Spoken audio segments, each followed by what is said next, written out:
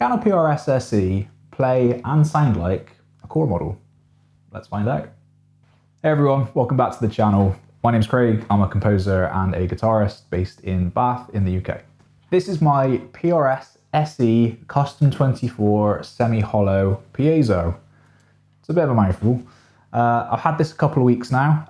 I've already made a video on it, which you can watch here if you haven't already.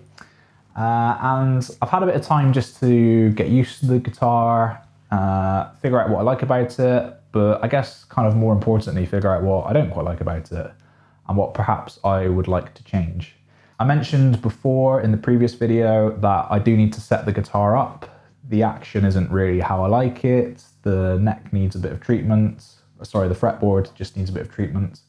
And perhaps just a couple of other modifications, things that I might look to change. So, these are the things that I'm going to change on my PRS SE to try and get it close to my Custom 24, which for those of you that are regular viewers of the channel know I absolutely love this guitar, but I am particularly afraid of taking it out of the house and playing it live because it is just too valuable to me. So, what am I going to change? First of all, the basics. I'm going to re-string the guitar. I might polish the frets, they don't really need doing because it is brand new, but while the strings are off, it takes like 2 minutes. I'm going to put on some D'Addario NYXLs. I haven't decided whether I'm going to use the 9's or the 10's. Sorry, these are 946s and 1046s. I typically use the 1046 on my short scale guitars, so Gibson scale, and then the 946 on the longer scale, the Fenders.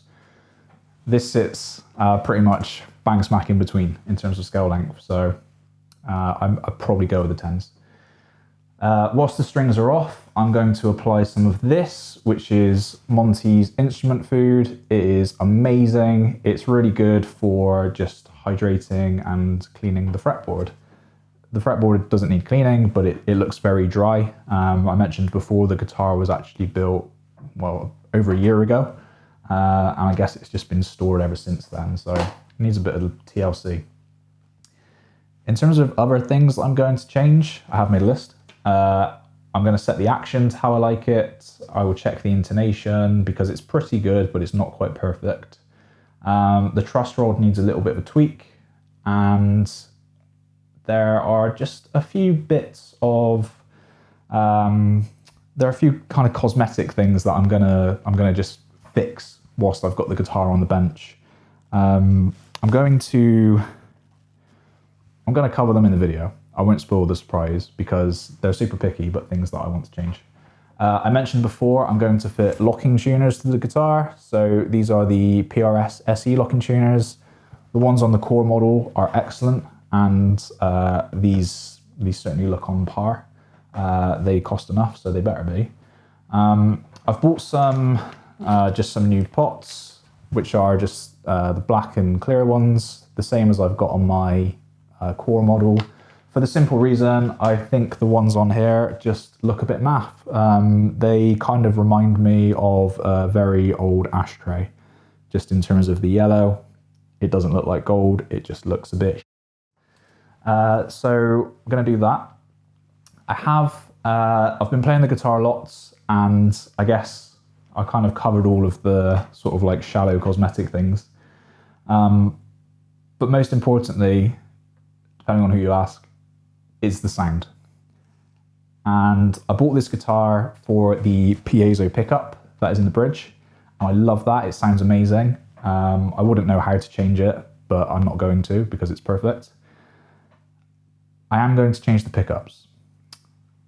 The pickups are fine, but I don't love them. They're a bit boring, and I think they're probably fine for most use cases. But the real reason I'm going to change them is because I have a set of RadioShop pickups that I've had for a little while. They used to be in a Les Paul, and they are amazing. They're PAFs, and they're just sat around not doing anything. So why not put them in here? They're also nickel covers, so they look pretty sick. As I'm going to be changing the pickups, The electronics in this guitar, some of it is fairly proprietary, particularly the piezo and the way that the jack is connected, because it's got all this gump on the bottom. It's not to say the pots are no good, like they work, they're fine, but as I'm going to be taking it all apart anyway, I'm going to put some good ones in that I can rely on. I've also bought an orange drop cap to replace the tiny one that's in there. I have some vintage braided wire because it looks cool, and as we know, that is 90% of the tone. And then finally, this little doober. This is a super switch. What does it do? I don't really know. But I need this because the guitar is currently set up with three-way switching, and we've got this coil tap on this pot. I can't really find a usable tone with this. Doesn't work for me. It's not to say that the tones are bad, but for what I need, for what I like on the Custom 24, on the core model, I really like the 2 and 4 positions, which I obviously don't get on this three-way switch. The way that this is currently set up is I get the bridge pickup, I get both pickups, and I get the neck pickup. And then if I tap the coils, split the coils, I don't really know which one it's doing. In this position, I just get one coil. Here I get one coil off of each pickup, and on here I get one coil off the neck pickup.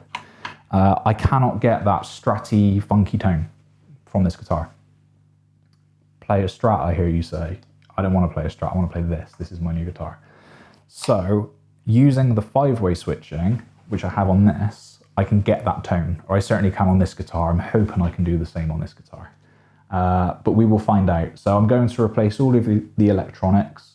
I'm going to change all the pots. I'm not going to change the input jacks because they're part of this kind of, it's not really a PCB, but it's like a board that's in there. New switch, new wiring, new pickups, new tuners, things that this guitar doesn't need, but things that I would like it to have. The reason why I feel that I'm able to do this is because I got this guitar in the Black Friday sale. So it was £500 cheaper than the retail price. So in terms of what I've spent on these parts, I've probably spent just shy of that. So it'll be interesting to see what level of guitar I end up with after spending what would have equivalently been the retail price. It's either going to be really good or it's going to be a waste of money and waste of time, but hopefully it makes for a good video, and I hope you learn something throughout. If you do learn something, please give it a like and please remember to subscribe. But before I do anything else, let's just capture some of the tones so then we can see if it sounds any different, if it sounds hopefully better once I've made these changes. I love watching these videos where people will spend like an hour just redoing their guitar and they're like, oh, it sounds so much better, and it just sounds exactly the same. So I'm hoping this isn't going to be one of those. Let's just get some tones. So this is the bridge pickup. I'm using the Vice Amplification Royale T. I love this amp, it's so good. Just going straight into the amp, no pedals, no tomfoolery. This is the guitar.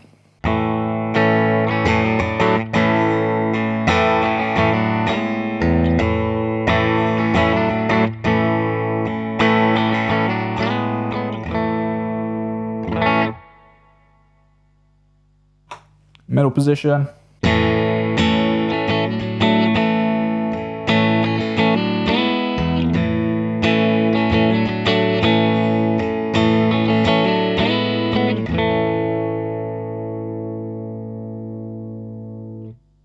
Neck position.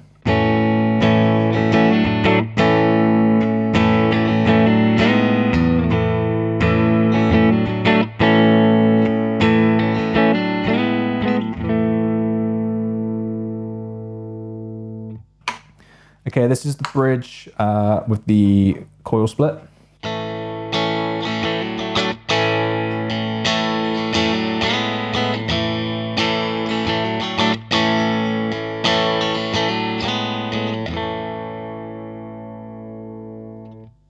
And the middle position, both coils split.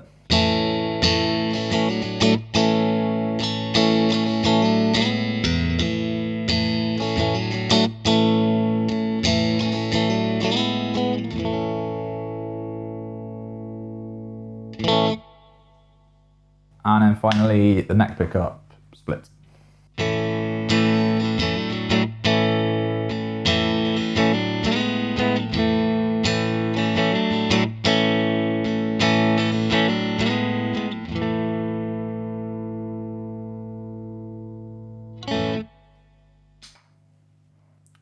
Let's get to it. Okay then, so guitar is on the bench. The first thing I need to do is get the strings off. I like to use these, this is a D'Addario like string cutter, string winder. I just keep it in my gig bag because you never know when you're going to need it. Just makes it really easy just for getting the strings off. Not as easy as having locking tuners, of course, which we will be putting on next. But let's just get these off first. What have they done here?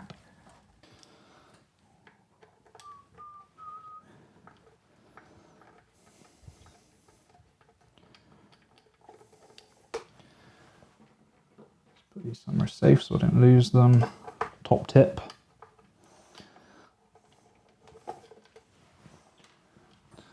Okay, there we go.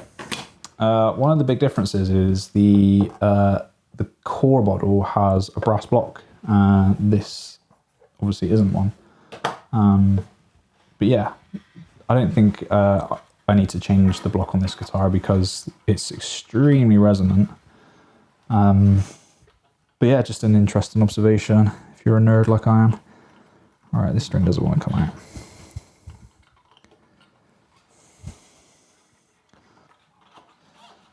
Let's take out the ones I can. Okay, top tip, if you find that the string is getting stuck in the block, what I like to do is get like a very small Allen key. I've got this little Ibanez multi-tool, which is brilliant, much better than their guitars, and just effectively poke it through to free up the ball, because they can get stuck in there. And then the string comes straight out. What I'm going to do, things like the action, the truss rod, the intonation, these are all things which you need to have the strings on to do.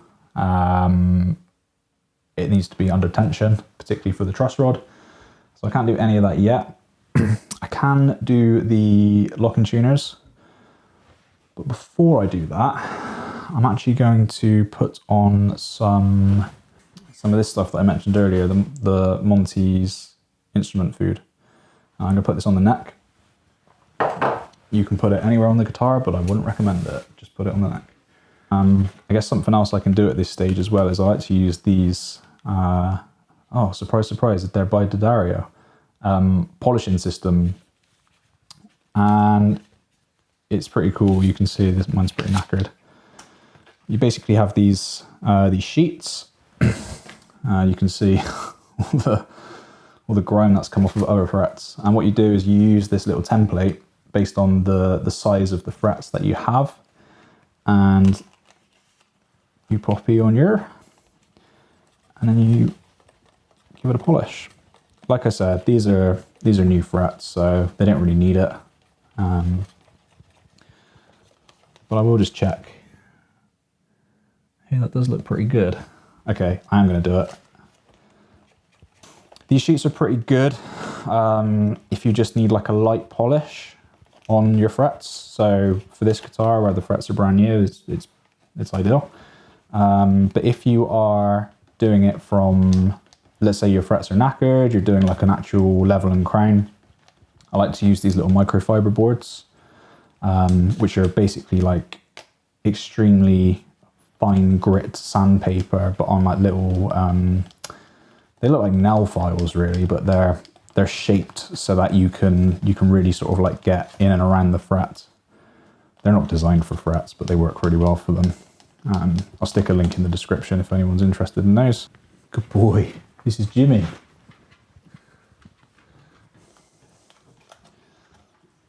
Obviously named after the king. The joys of a 24 fret guitar.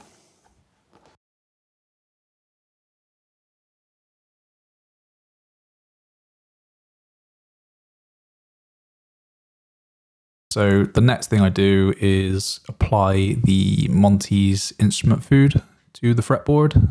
As you can see, I'm applying it pretty liberally here. The important thing to do is to leave it on for about 5 minutes before you wipe it off. So I'll leave it for a few minutes, and then I come back to it 5 minutes later. I actually left it slightly longer on this guitar because it really needed it. But once you've given it a few minutes, it's just a case of wiping off all of the excess. Make sure to kind of get it off the sort of the fretboard edges, and make sure it's not going onto the back of the neck and stuff, because it will be a nasty surprise when you start to play the guitar. As you can see, it's looking a lot better already. So now on to the locking tuners. The first thing I need to do is take these nuts and washers off the front of the headstock. These are effectively what's kind of aligning the peg. It's not holding the whole unit on. There is a screw on the back which helps with the alignment, but it is kind of screwed in. So you need to make sure you use the ones that come with the new tuning pegs, because the old ones, they may not be machined in the same way. They might not fit properly. Just remember that anything that is metal on metal will be machined to a set specification. So you need to use the same bits that come with the replacement parts. So these are the alignment screws that I mentioned. They obviously help hold the tuning peg on, but they're also really there just to help the alignment. So take these out. One of the things that I noticed at this point is you can see in the holes for the tuning pegs that there's this white stuff. Appears to be some kind of residue or some kind of like drilling compound.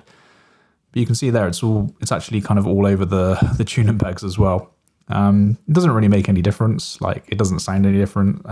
You're not going to be looking at the guitar in this way, but you know, it's just a bit kind of nasty. Like, I have to wipe these parts off before I kind of put them away. Obviously, if I were to sell them, you need to give them a bit of clean stuff. But yeah, it's picky, but you wouldn't see this kind of thing on a core line guitar. So that's all of the tuning pegs off. I'm just going to give it a bit of a wipe down, because as I said, this kind of nasty white stuff is kind of all over the back of the headstock. And there's a little bit on the front as well, so just give that a bit of a wipe. You can see on the desk there just how much has actually fallen off. Okay, so as I said, these are the replacement tuners. They're the official PRS ones, but I think Goto makes some which will fit as well. But I'm sticking with these because the ones on the US on the core model are really good. And you can see that they have these kind of brass tuning pegs which you don't get on the standard tuners. And we have these little screws which go into the top of the tuner, and this is how you lock the string in. It's slightly different on different locking tuners, but as I said, I have these on my core Custom 24 and they work really well. So I'm expecting the same from these. So like I said, using the parts which came with the new tuners, just making sure not to use the ones which came with the old ones. I'm gonna fix the tuner on. I'm just gonna finger tighten the front part just to help the alignment and get the screw fitted. I'm not gonna tighten this all the way because you do kind of need to get the other tuning pegs on just to make sure they're lined up. One thing I noticed here is that the screws which come with the new tuners are actually too small for the holes that have been drilled. So I need to actually kind of go back on what I just said and actually use the old screws from the tuners that came fitted on the guitar. But yeah, as the holes that have been drilled out are slightly bigger, I just need to make sure I reuse those. So I can move on to getting the next tuning peg fitted at this point. I'm just going to do the same process. I'm going to screw in the kind of like the retaining washer on the front and then add the screw. I'm not going to tighten it all the way. I like to use this kind of sort of like screwdriver attachment rather than a wrench, just because I have a bit more control when tightening these up. And that's about as exciting as it gets. So I'm going to get the rest of these fitted now. Okay, so here we are. Have all 6 of the new locking tuners fitted. I'm just checking the alignments before I tighten up the screws. These don't need to be super tight. They're really just there to kind of keep it attached and keep it in place, but you don't want to damage the back of the headstock or the finish because it will crack if you over tighten these. As you can see, I've not added the screws into the rest of them yet. I'm just tightening up the washers on each of these tuning pegs. Again, being careful not to over tighten them. It's really easy to overdo it on these. There's no kind of recommendation on sort of like the torque for these, but I tend to just wait until it bites and then give it a very, very light bit of pressure. So now I can add the actual locks into the tuners. These are just these kind of, I think they may be metal, but they sort of look like nylon threads which go into the top. You just tighten these by hand, but they do put a screw head on there. Should you ever need to really, really be sure your string doesn't fall out. Okay, so last one in there. And voila, there we go. Locking tuners are now fitted. Okay, so looking at the electronics now, we can see here that the tone control is this push-pull switch. I'm gonna get rid of this because I'm not really a big fan of them. And then this is the three-way selector, which I'm going to replace with the five-way super switch, essentially moving that push-pull capability onto the blade switch rather than having it as a separate pot. Yeah, so these are these are the horrible yellow knobs that I just have to change. I mean, they don't look like gold at all. They just look a bit naff, if you ask me. So I'm going to change them for the black and clear ones that we find on the core model. A little tip: if you can't get the knob off, you can just get a cloth or something similar, wrap it underneath the pot, and then gradually work it free. As you can see, that did not work on this occasion. Whatever you do, don't try and prise these off. Like, don't stick anything under between the pot and the guitar's finish because you will damage it. It's not worth it. Just persist, and you will eventually work it free. At this point, I give up just to make sure that they do actually come off. You can see the tone control came off really easily. This is the yellow that I'm talking about. Yeah, I've said enough about these pots. They've had enough screen time. So by this point, I've given up on the cloth and I've resorted to just using my hands. There we go. Finally, it is off. As I said, I'm not actually changing this pot, but I am replacing the knob, so it still needs to come off. And then finally, the volume pot as well. Now, what I've found at this point is that I cannot actually get the cloth underneath the knob. There isn't any room. In fact, the knob is actually touching the surface of the guitar. So just kind of going back to what I was saying around, I guess, like quality control or the difference in some of these kind of small touches that you would find on I guess an SE guitar and a US made guitar from a core range. The pot here has been fitted way too close to the body. I was actually able to get it off eventually, but what I found is that it actually damaged the finish. You can see where the pot previously was around the pot. But anyway, so these pots need to come out now. So I just take a spanner, very careful not to touch the finish of the guitar, and just very, very gently loosen these. I do this by hand as much as I can, rather than using a tool near the finish. I go to take this one off, and then I quickly remember that it doesn't actually need to come off. So I'm going to put this back on in a second. Okay, the switch also needs to come out. So I'm just going to take these two screws out. These are the only things holding the switch in. Okay, and that's all of the electronics loosened from the front of the guitar. So I should be able to pull these out I will need to remove the solder from a couple of these connections just to completely free them up.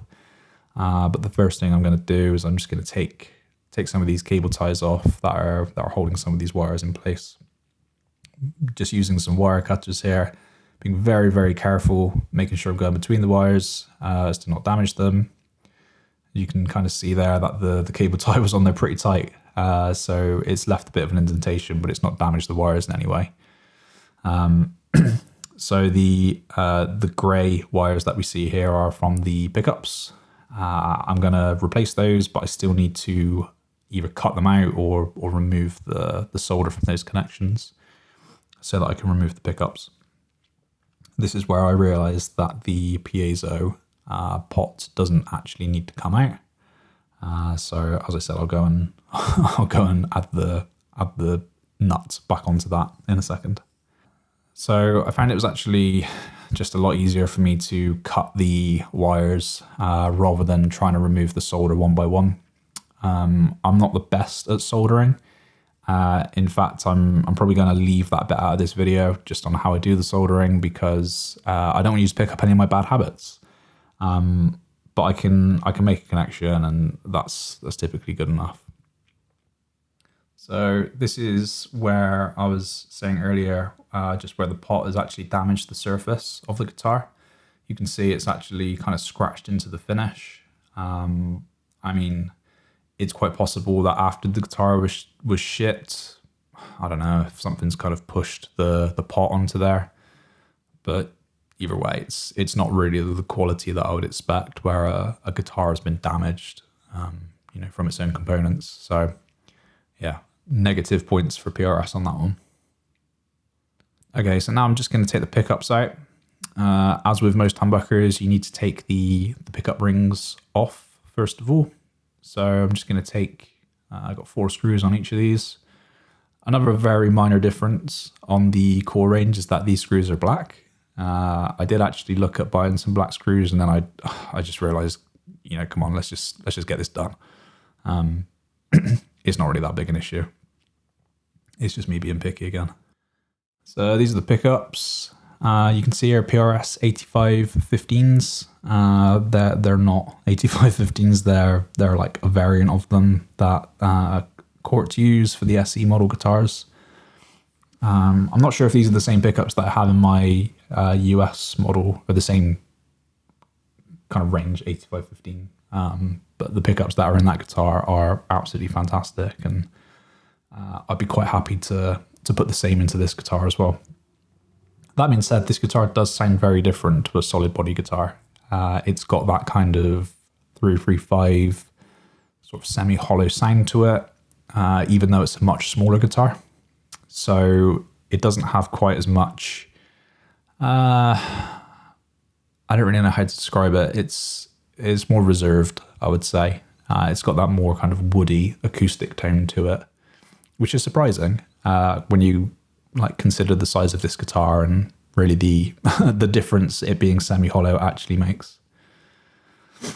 So just taking the neck pickup out now. Make sure you've got a magnetized screwdriver. It really does help. Pulling out these tiny little screws. You can see I dropped one in there then. So yeah, we've got another 8515 here. It's a good looking pickup. Okay, so onto the back of the guitar. Before I start to solder, one thing I like to do is make just make like a template. So what I'm going to do is I'm just going to hold this piece of cardboard on the back of the guitar, and then I'm going to use just a pen just to mark where the pots and the switch are.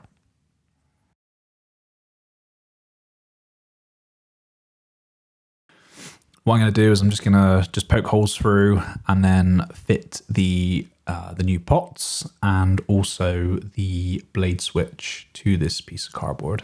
And voila, here's one I made earlier.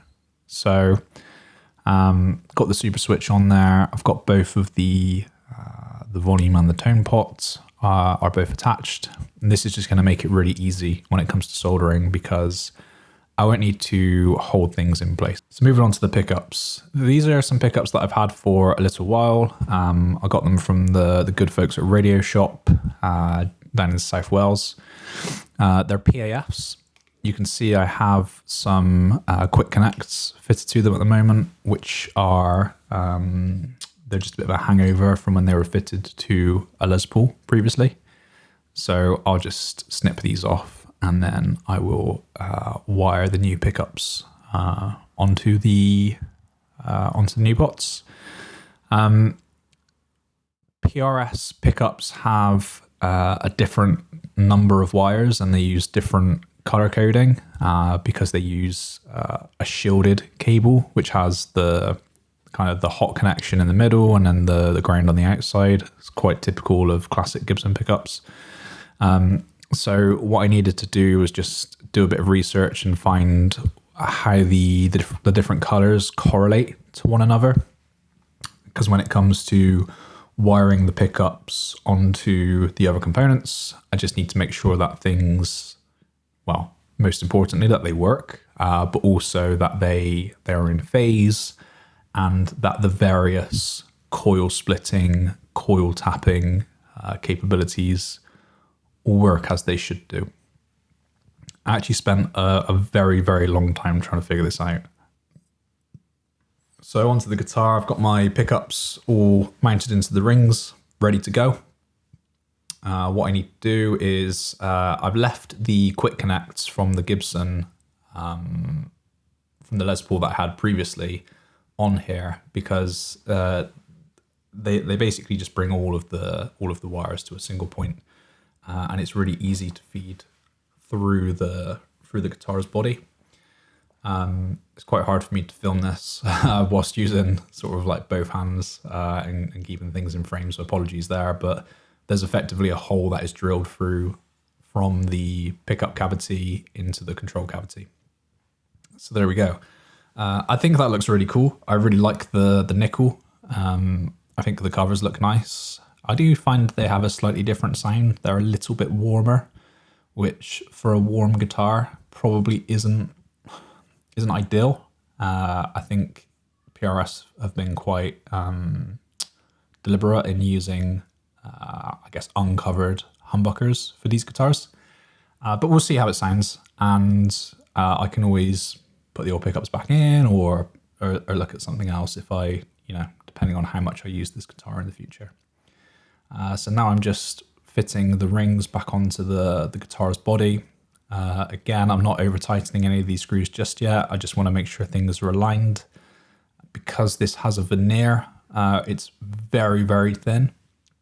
I want to be careful that all of the screws are lined up properly. I don't want to crack anything. I don't want to crack the finish or leave anything unsightly because it would be very difficult to kind of cover up or repair. Okay, so that's the bridge pickup fitted. I'll get the neck put in next. There we go. So that's now in. Just going to tighten up the screws now that everything is aligned. I'll set pickup heights, etc. off of the string height. So that'll be something that I do afterwards. You can kind of see this nice sort of, I guess, like patina and wear in the pickups.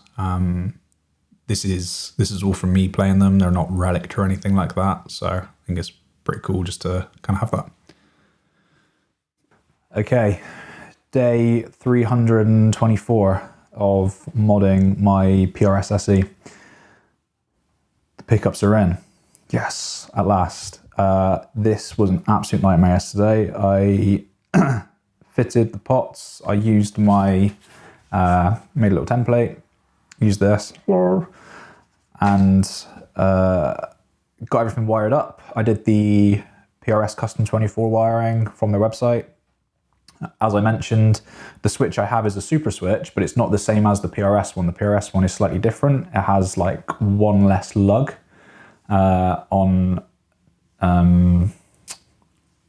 it's boring. It doesn't matter. It doesn't look the same. And effectively, I wired everything up exactly, well, as close as I could to the wiring diagram, and it didn't work. Nothing at all. So I compared it to my Custom 24. Had a look at the wiring inside there, and it was as close as I could get it, but I could see that the switch, the way it functioned, was ever so slightly differently. So in the end, I cut my losses and I decided to go for, I found a schematic on bare knuckle pickups, which was 5-way position. So bridge, split bridge, both humbuckers, split neck, neck. I know this is the same as how it was before with the push-pull, but for me this is still better because I don't have to do the push-pull to change between them. I can do it all off of the blade, which for me, when I'm playing live, is much, much easier. So that's great. I fully understand why the harness from PRS is £120. And to be honest, if I was to do this again, I'd probably just stump up the money because I'm not the best at soldering. And it was, yeah, I basically lost a whole day just trying to get the pickups wired. The actual wiring I used probably took me about 10 minutes, but the rest of it took me just hours and hours and hours. Other things that I kind of learned in the process, the switch, the froze on it, I put a multimeter on it and I realized that when it was in the first position, I wasn't getting a reading in the correct place. And I think it's because the slot that's been cut out isn't quite big enough for this switch. It kind of hits the edge. So what I'm going to do is I'm going to get one of these in there and just try and take out a very, very, very small bit of that slot. And also, this is one of the areas that I was mentioning, like cosmetically, it just wasn't great. I don't know if this is going to come out, but all that kind of nasty white stuff that was falling out of the tuning peg holes when I changed the tuners, that's the same on here. It's actually the same on all of the holes that have been drilled. So I'm just going to go through and kind of get rid of that at the same time, because when I'm playing, when I'm looking down on the guitar, I can see it and it just looks a bit crap. The pots are slightly bigger, so I had to take out a little bit of, just take a little bit out of the top just to make it fit. Again, I just used the files to do that. I didn't worry about drilling it or anything like that. So yeah, next thing I'm going to do, I've already tested the wiring. The pickups are working, which is a big result because it means I can finally get some strings back on this thing. The fretboard is looking really nice now. It's looking a lot happier than it was. Really like the fact that you've got this nice light bit along the top here as well. So other things I'm going to do, well, I'll come to those. I'm going to get this sorted now, and then I'm going to get some strings on. Oh, and once I've done that, I can get rid of these nasty things. I mean, look at that. That is just grim, isn't it? And I'm going to put these on. And I hope they look better. So I actually ordered a set of these before I decided to change the wiring, which came with a different number of spleens, I guess splines, for the knobs. So the new CTS ones have 24 splines, so I had to get new knobs for that. The old ones have 18. Problem is, the piezo knobs still got 18 and these have got 24. So I'm gonna keep the 24s and just get it to sit on the piezo one. So yeah, I'll get those changed. Hopefully it looks better. If it doesn't, I'll put it back. But I think even having no pots looks better than those horrible yellow things. Cool, let's go. Okay, so using the trusty file, I've taken just a very, very small amount of material at the side there. Something else, the screws that came with the new switch were probably about half the length of these. I guess they were probably designed to go through like a plastic pick guard rather than through a cap on a guitar. So I guess if you were to put one of these into your PRS, then just be mindful, don't throw the old screws away because you will need them. Thankfully, they do fit. Anything that is screwing into metal will be machined. So unlike a wood screw, it's not going to go if it's not going to go. So yeah, quite fortunate that these screws use the same type of thread. Yeah, and that they allow me to put my switch back on. One thing I do just want to check as well.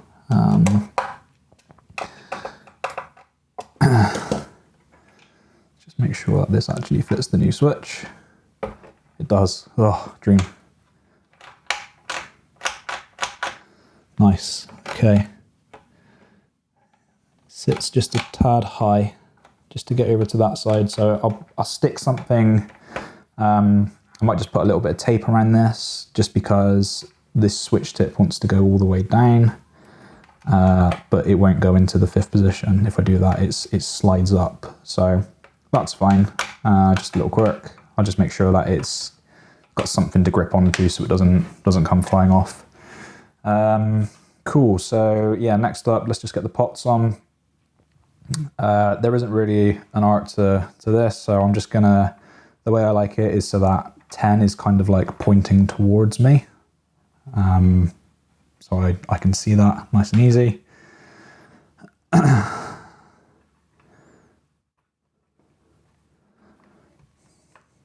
Nice. And it's a little thing, but I do like how you can see the brass through the pot. So right, so as I said, this one's got a different number of splines to the actual pot, but hopefully it will still fit. If not, I may just have to wrap something around it.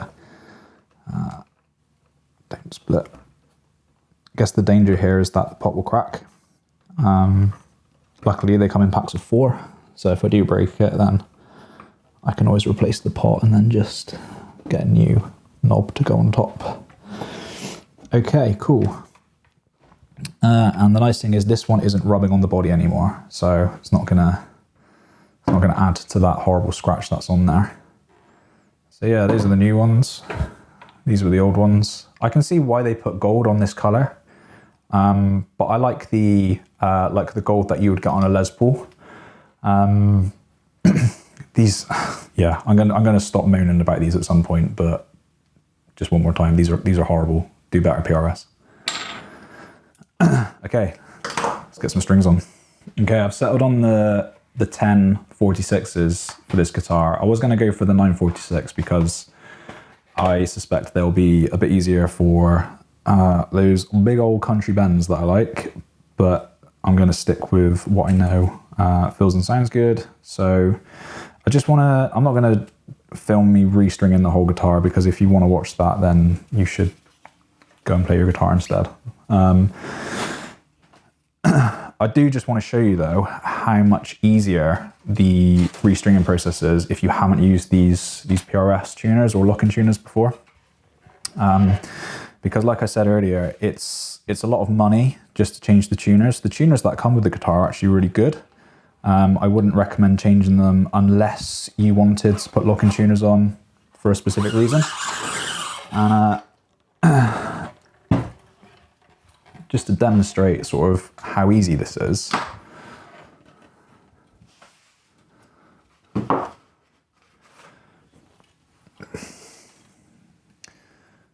I really need to get like a work mat or something for this. Hoping D'Addario will sponsor me once I finish this video, seeing as I use so much of their stuff. Cool, so basically what I do is I get the tuner that I'm going to put the string through, make sure that the hole, apologies if the focus is terrible on this, make sure that the hole is basically pointing direct. The nice thing about PRS is you don't really get any bend on the string as it comes past the nut. It's pretty much straight through. I don't know why more brands don't do this. It's a big problem on Gibsons. So then you just loosen this bit off to make sure you can get the string through.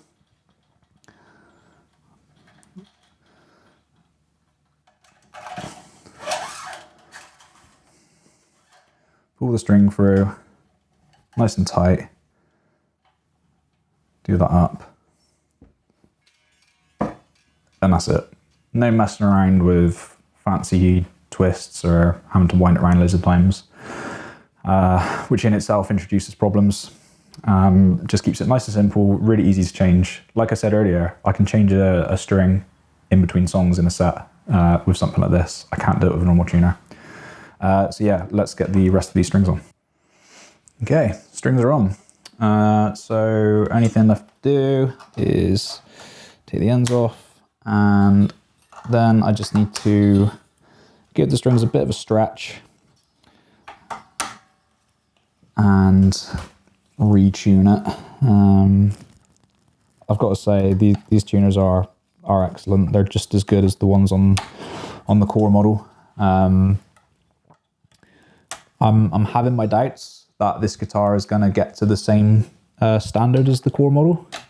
And I think I'm starting to realize that, because as I find something unusual or I need to check something, and I check on the core model, I just realize like what an amazing you know, bit of kit that is. This is a fantastic guitar, but things like the violin carve on the core, just the nice maple binding that you get from the top, just little things, you know, but it does make you realize just the level of craftsmanship that goes into those guitars. And it's not to say that they don't for these, but they are certainly produced at a much higher rate, and as such, the quality reflects that. So yeah, like little things in the finish that I think could be better on this one, which, you know, you would never even dream of seeing on a core model. Like I mentioned, just some of the drilling marks, and perhaps where the wood's been cut. I've also noticed that some of the binding has like little scratches in along the top, which is, I don't really know why, and I can probably just go over it with some high grit sandpaper and just bring that out, but it's not really bothering me enough, so I'm not going to change it. That being said, the finish on this guitar is really, really nice, and so is the back of the neck. Even though it's lacquered, I typically prefer a guitar that doesn't have a lacquered neck, because my hands get pretty sweaty when I play.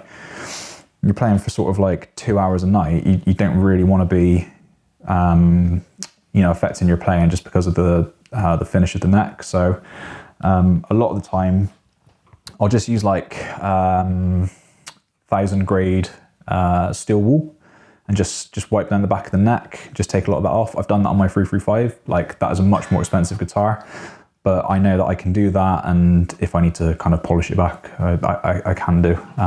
It's not like it's an irreversible change, but obviously do so at your own risk. Every guitar is different.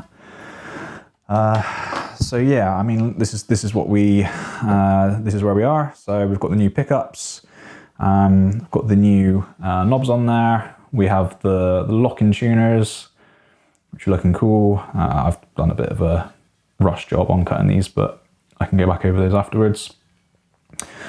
So I guess I still need to just kind of sort the action and take a look at the truss rod.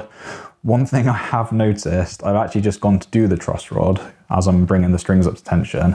I use this, which is like a notched steel rule, and one side is for Gibson scale and the other side is for Fender scale. Obviously this guitar is neither of those. So this doesn't actually, the way that you're supposed to use this is you're supposed to sit it on the fretboard.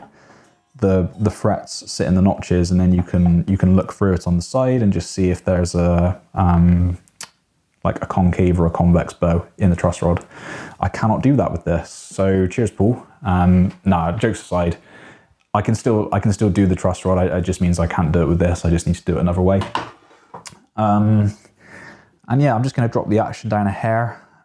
The more I've been playing this guitar, the more I've realized that the action isn't actually that bad. So yeah, let's worry about all that stuff later. Let's plug it in and hear if changing the pickups, changing the wiring, and obviously changing the knobs has made any difference to the tone. That was a joke.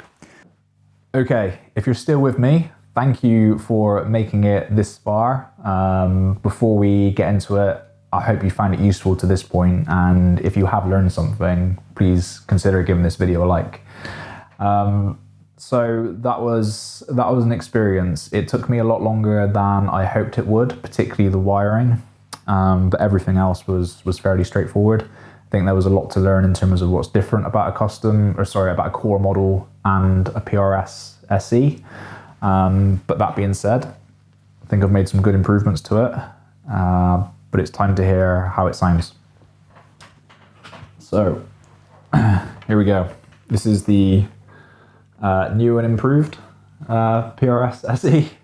Let's hope it sounds better. First impressions of the way it looks. I really like these nickel pickups. I think they look great. I've had them a while, and there's a bit of play wear in there from where I had it in my Les Paul before. So yeah, they look cool. But enough rambling. Let's hear how it sounds. This should hopefully be the bridge pickup.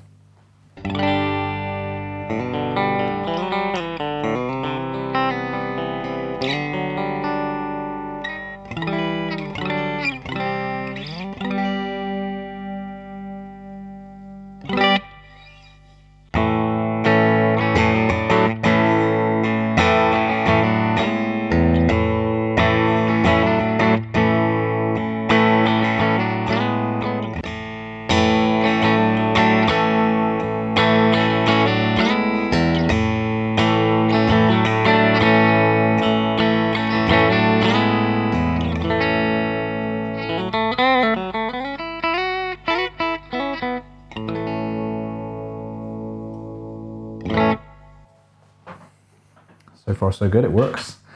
I really need to A/B just to hear if these pickups sound different to the ones that were in there before. But to my ear, they already sound a little less pokey, a bit warmer. It could be that they're lower output, but I do also need to make sure that the pickup heights are equivalent. I've kind of eyeballed it for now, and it looks pretty good. Cool, so second position, which should be the bridge pickup split.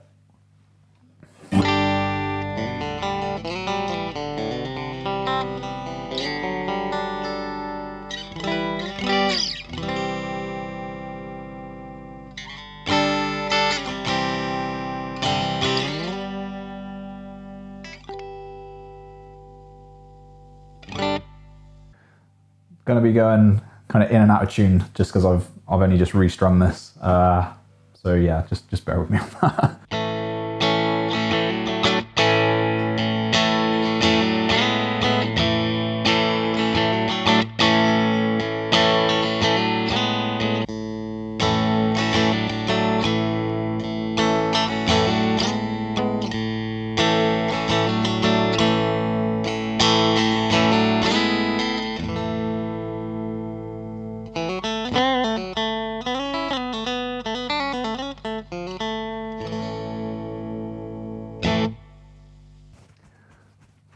Interesting. It doesn't sound like just like a bridge pickup. There's a bit of kind of honkiness in there, which I really like. I think it sounds cool.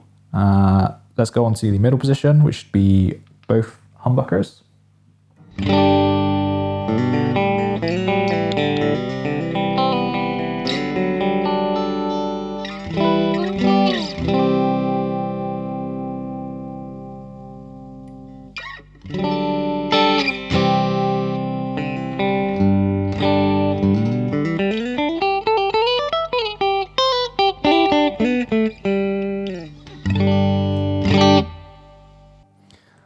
I do like that. That sounds cool.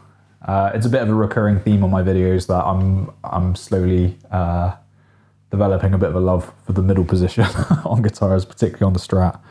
Let's just do the comparison rhythm part.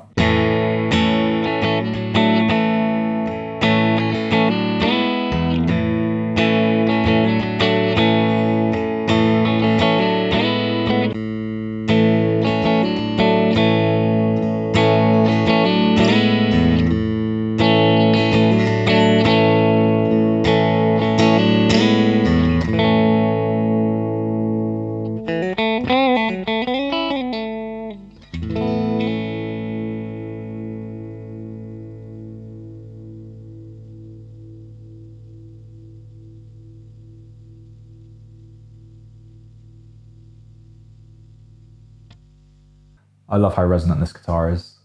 It's yeah, it's a really unique but special design, I think, from PRS, what they've done with the Semi-Hollow. Okay, fourth position. So this should be the neck pickup split. I'm hoping that I can get some funky tones out of this.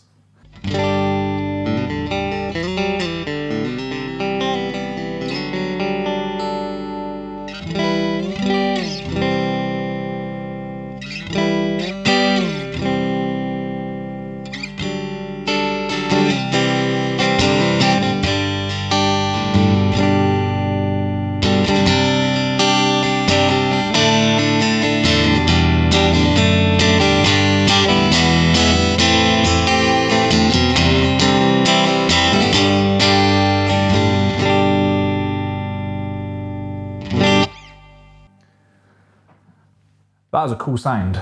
I'm quite surprised, but also quite pleased with that. Can it get funky?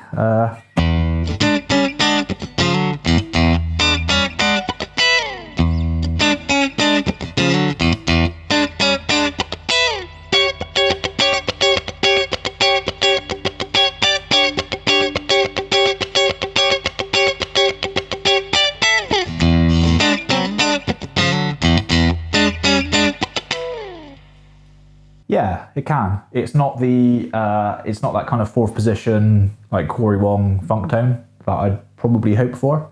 But I think in terms of a guitar that I can take to a gig and have electric, acoustic, rock, funk, country tones all in one guitar, yeah, I'm not complaining. That's really cool.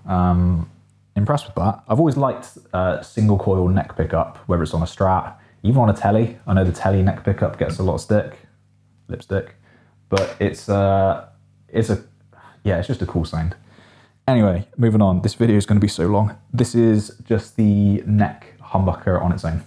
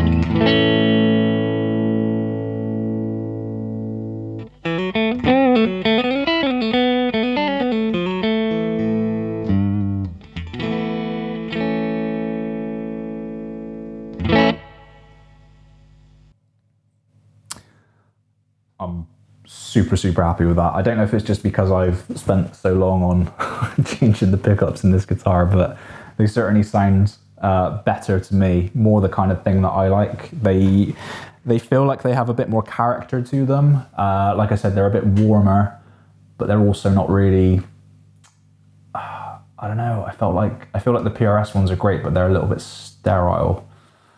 They're very clinical. Like, I think you can get most, if not all, the tones you'd likely need from them in a studio, where you can kind of tweak things afterwards. But if I'm in a gig and I just want to just move between positions and get those different tones on the fly, then I feel I can do that much easier with these pickups. So these are the RadioShop PAFs. I've had these for a little while, and like I said, I had them in a Les Paul before, and I gigged that guitar loads until I got my 335 and I sold the Les Paul. Well, I actually swapped it a bunch of other guitars for a Strat. Made a video about that. You can watch that here.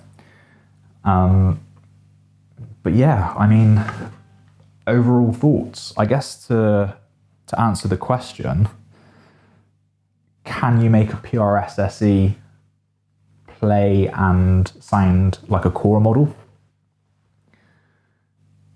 Maybe. I think you probably could. But I also think you'd need to spend quite a lot of money on doing it properly. The Custom 24 that I have is obviously a very different guitar to this. It's a solid body. This is a semi-hollow. This has the piezo in it. They are two different guitars, so it's hard to compare them. I think in terms of playability, this is very close, but I think like the rolled edges and things on the on the core model just make it feel that much more like a premium instrument. It's so easy to play. I think once I tweak the action, I might be able to do something with this binding, but if I'm buying a guitar for £1,000, I don't really want to have to be doing those kinds of things to it. I mean, the action's fine, but I don't want to be doing like the binding and stuff. I think I could probably put the actual PRS US pickups in here. That would certainly get it closer. But I already had these. I didn't really want to go and spend the money on those just to try and make it sound the same as a guitar that I already have. I think the overall craftsmanship of the guitar is really good for the price, but I think when you compare it to the core model, you do start to see really what you're paying for. You're paying for things like the choice of wood. I mean, it's a slab of mahogany with a really thick maple cap on there, which this isn't. Obviously, this has a veneer. You get that really beautiful violin carve, which isn't to everyone's taste. I don't think it's the most comfortable shape for a guitar. It's quite a sharp edge, but it looks great. It feels like a real quality instrument. Whereas this just has a few rough edges, like the binding doesn't quite look right, and there's like a few little, like, I don't know, just you can see where the transitions are between the neck binding and the headstock binding. Like, things that I don't have a problem with, but they're also things that you wouldn't get on a core model or a core line guitar. I think what you get on the PRS SE is great for the money. If I had the choice between spending 3 times as much and getting the core model or getting one of these, I think pound for pound, this is better value. I wouldn't say the core is 3 times as good based on the price, but you are getting a really unique instrument. All of the things that make a PRS are on this guitar by default. Like, yes, PRS have really cool locking tuners, but you can get those if you want them. You don't need them. Yes, the core model has a different kind of like wiring, but those aren't quintessential aspects of the core model of the core line. But yeah, I guess to summarize then, so I think in total, I'll flash up because I need to do some simple maths as to how much I've spent. I think the changes that I've made have improved the guitar. I think if I was just going to kind of do anything like as a priority on this guitar, I would absolutely change the color of the knobs. No, I'm joking. I think the locking tuners really do make a difference. And I think you need to see how you like the pickups in this guitar before you consider changing them or changing the wiring or anything like that. But yeah, I'm going to take this to rehearsal tomorrow, and I'm going to see how it does, and I'm going to gig it in a couple of weeks, which I'm really excited about as well. So yeah, if you've made it this far, thank you again. I do hope you've enjoyed the video. It's been a bit of an experience, and I thought it could be interesting if I documented it. So yeah, until the next one, please do all the YouTube stuff. Really helps out the channel. It costs you nothing to subscribe, and only 1.8% of people that watch my videos are subscribers. So either be part of a very select group or help me bump that number up. But either way, thank you for watching it. I do appreciate the time. And yeah, go play your guitar.